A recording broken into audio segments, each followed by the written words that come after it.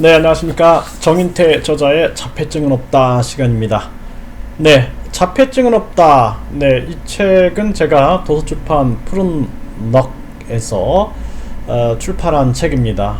자폐증에 대한 허구와 진실, 그리고 과학적 해석에 의한 아름다운 선언, 이렇게 제가 주제를 잡았습니다. 네, 이 책을 보면서 이제 제가 설명을 드릴게요. 자, 자폐아의 특성. 오늘은 이제 자폐아의 특성에 대해서 말씀을 드리는데요.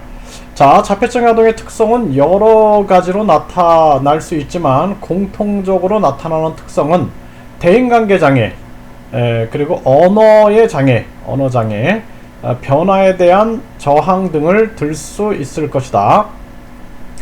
자폐아들은 인간의 기본적 발달인 시지각에서도 많은 지체 현상을 보인다. 대인관계의 장애, 언어의 장애, 변화의 저항 등은 모두 시지각 발달의 지체 현상과 관련이 있다고 할 수 있다. 눈으로 보고 나서 그것이 무엇인지, 내게 어떤 의미인지, 어떤 행동을 대처해야 하는지 등에 대한 인식을 잘 못한다고도 할 수 있다. 이렇게 얘기를 했습니다. 자, 이 자폐증의 특성으로 보면은 대인관계 장애, 대인관계라는 거 굉장히 어려운 거예요. 대인관계는 성인이 돼서도 어려운 겁니다. 그쵸? 네, 한번 생각해 보세요. 대인관계 얼마나 어렵습니까? 네, 뭐 부부 간의 관계, 부자 간의 관계, 부모와 자식 간의 관계, 또 형제들 간의 관계, 회사 직장 동료들과의 관계, 상사하고의 관계, 부하직원과의 관계, 굉장히 어려운 거죠. 그래서 인간의 발달의 기초 단계에서 이 유아기 때 기초 발달이 일어나지 않으면 대인관계에 장애가 생겨버리는 겁니다. 그래서 우리가 시지각이라는 측면들은 뭐냐면 눈으로 우리가 인식하는 게 아니라 눈이 뇌와 연결되어 있는 거죠.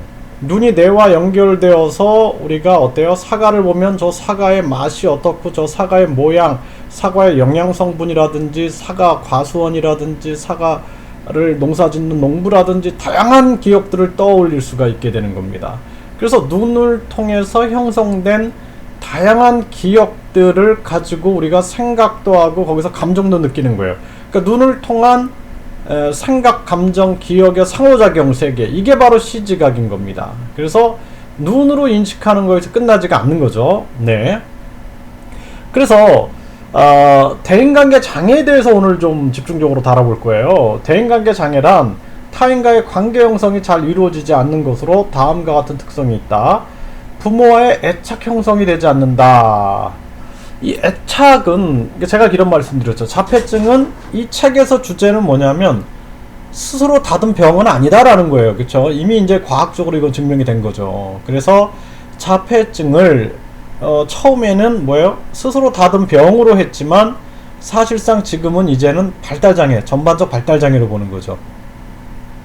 그만큼 이제 아동 발달학이 발전이 됐고 뇌과학이 발전이 되면서 알아가는 거예요. 그래서 제가 더 구체적으로 지금 말씀을 드리고 있는 겁니다. 대인관계 장애에서 부모와의 애착 형성이 되지 않는 거, 이게 애착이 발달의 대상인 거예요. 그러니까 의사들은 병의 증상, 뭐 콧물이 나고 기침이 나고 열이 오르고 뭐 이런 것들을 보는 거예요. 근데 아동 발달 전문가들 입장에서는 인간의 발달은 어떻게 해요? 연속선상에 있는 거죠. 연속선상에. 그쵸? 그러다 보니까 부모와의 애착 형성이 되지 않는다. 애착 발달이 되지 않는 거죠. 발달이 아직 안 된 거예요. 그래서 애착이라는 것도 발달이 돼. 한 아이가 저한테 한 아이 어머니께서 저한테 그랬어요. 이 아이가 저를 엄마로 아는지도 모르겠어요. 제가 밖에 나가든지 말든지 신경도 안 쓰고, 다른 아이들은 엄마가 나가면 막 엉겨붙고 울고불고 야단을 하는데 이 아이는 그렇지 않아요. 그런데 6살 아이였는데 이제 발달을, 이제 저는 이제 아동 발달 전문가로서 아이의 발달을 검사를 해보니까 이 아이는 태아기 발달 지체에 놓여 있는 거예요. 6살이지만 태아기 발달 지체. 엄마를 잘 인지하지 못하는 겁니다. 자, 그러다 보니까 이 아이에게 이제 저의 발달 활동 처방은 이제 접촉놀이죠. 접촉놀이하고 수동적 운동놀이. 그러니까 접촉을 계속 하면서 이 아이가 교사의 입금, 또 부모의 입금을 통해서 수동적인 운동을 계속해서 뇌를 자극해 주는 겁니다. 활동을 시켜주니까 어머니께서 선생님 어제는 이상한 일이 벌어졌어요. 제가 쓰레기를 버리러 나가는데 얘가 막 그 현관까지 쫓아 나오면서 울고불고 야단을 하는 거예요. 발달이 된 거죠. 그렇죠? 네. 또 자폐증 유아는 부모와의 눈과 눈의 접촉까지도 피하며 부모를 좋아하지 않는다. 눈과 눈을 통해서 여러 가지 생각을 하는 게 이제 눈 맞춤인 거예요. 네. 우리가 어떤 현상을 보면서 굉장히 많은 생각을 할 수가 있어요. 그래서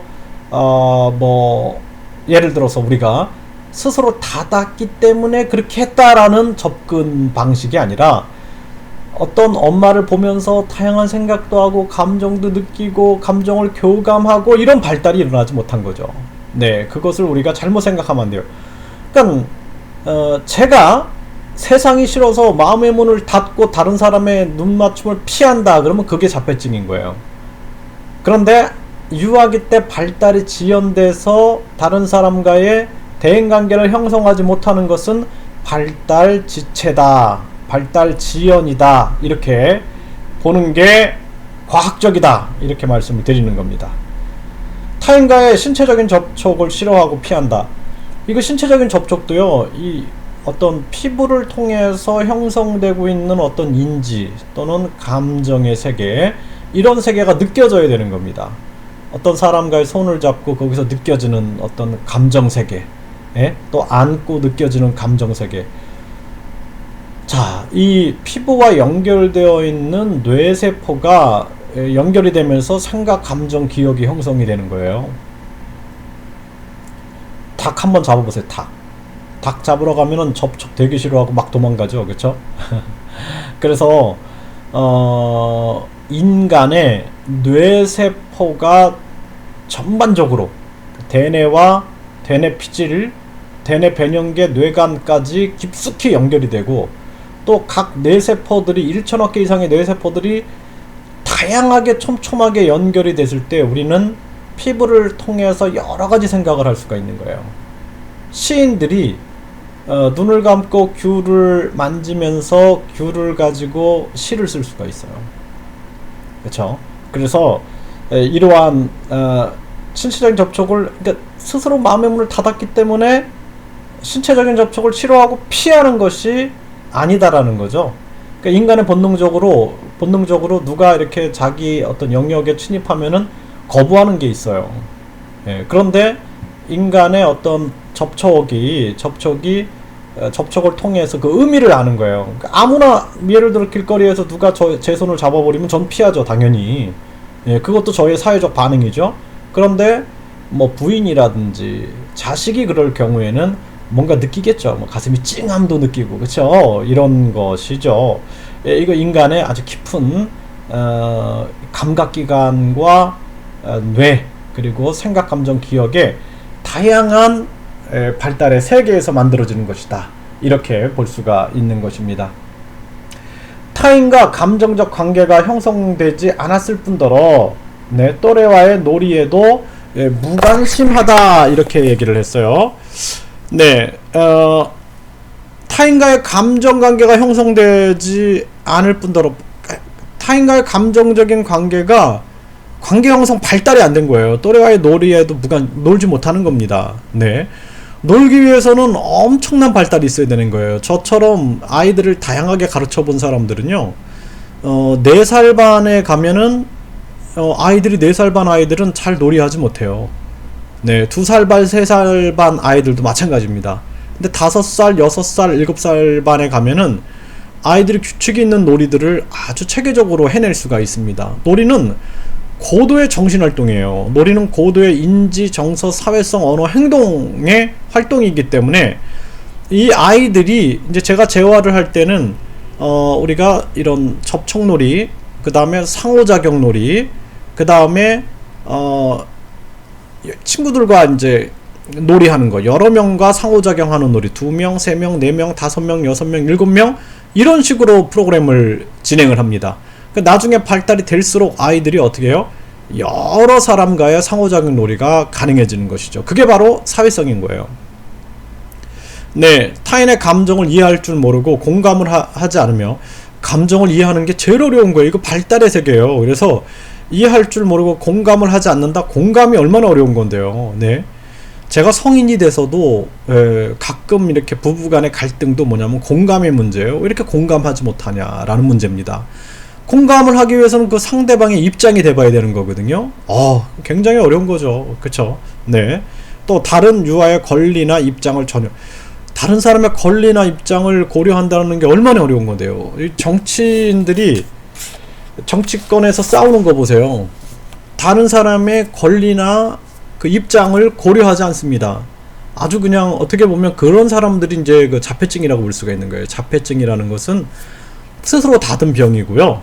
그리고 유아들이 보이는 현상은 그건 우리가 별개로 생각해야 되는 거예요. 발달이 지연됐기 때문에 하지 못하는 것입니다.